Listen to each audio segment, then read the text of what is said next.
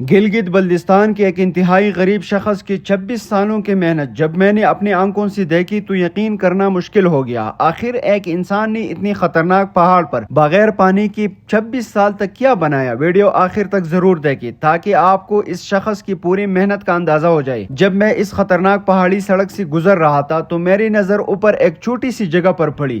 دور سے تو یہ ایک عام سی چٹان لگ رہی تھی، لیکن جیسے ہی میں اوپر پہنچا میری حیرت کی انتہا نہ رہی۔ یہاں ایک شخص گزشتہ 26 سالوں سے اپنی زندگی کا ہر دن صرف ایک خواب کو حقیقت بنانے میں لگا ہوا ہے۔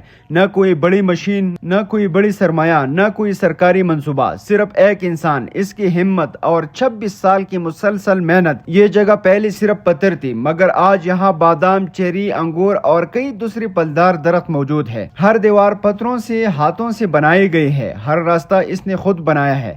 ایک خوبصورت گیٹ، چھوٹا سا باڑہ جہاں وہ اپنی بکریاں رکھتا ہے، اور قریب ایک قدرتی چشمہ۔ یہ سب کچھ ایک ایسی شخص نے بنایا ہے جس کی وسائل بہت محدود ہے۔ سب سے حیران کن بات یہ ہے کہ یہاں پانی کی شدید کمی ہے۔ انہوں نے مجھے بتایا کہ اگر یہاں پانی زیادہ ہوتا تو میں اس سے کہیں بڑا باغ بنا دیتا۔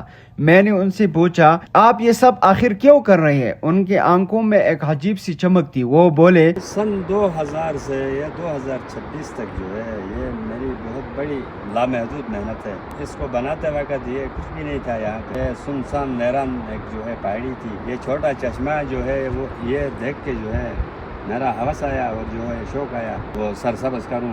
لوگ بھی جو ہے چکر کے لیے اور سیر و تفریح کے لیے یہاں آتے ہیں، تو ان کے لیے تھوڑے سائے بھی ہو جائیں گے، تھوڑا پھل فروٹ بھی میں لگاؤں تاکہ وہ کھائے، ثواب بھی ملے۔ تو جو ہے غربت کی وجہ سے جو ہے یہاں اس کو آباد میں نے کیا۔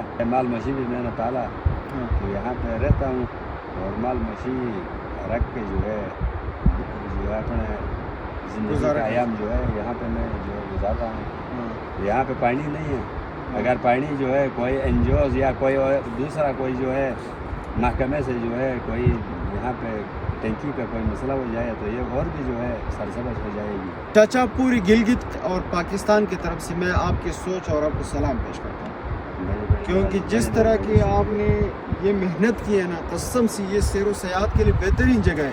اور یہاں ابھی لوگوں کو پتہ بھی نہیں ہے کہ یہاں پر چاچا نے اتنی زبردست محنت کی ہے، اتنی خوبصورت جگہ بنائی ہے۔ تو اب میں آپ لوگوں کو اندر بھی لے کے جاتا ہوں، اندر سے بھی دکھانے کی کوشش کرتا ہوں اس باغیچے کا۔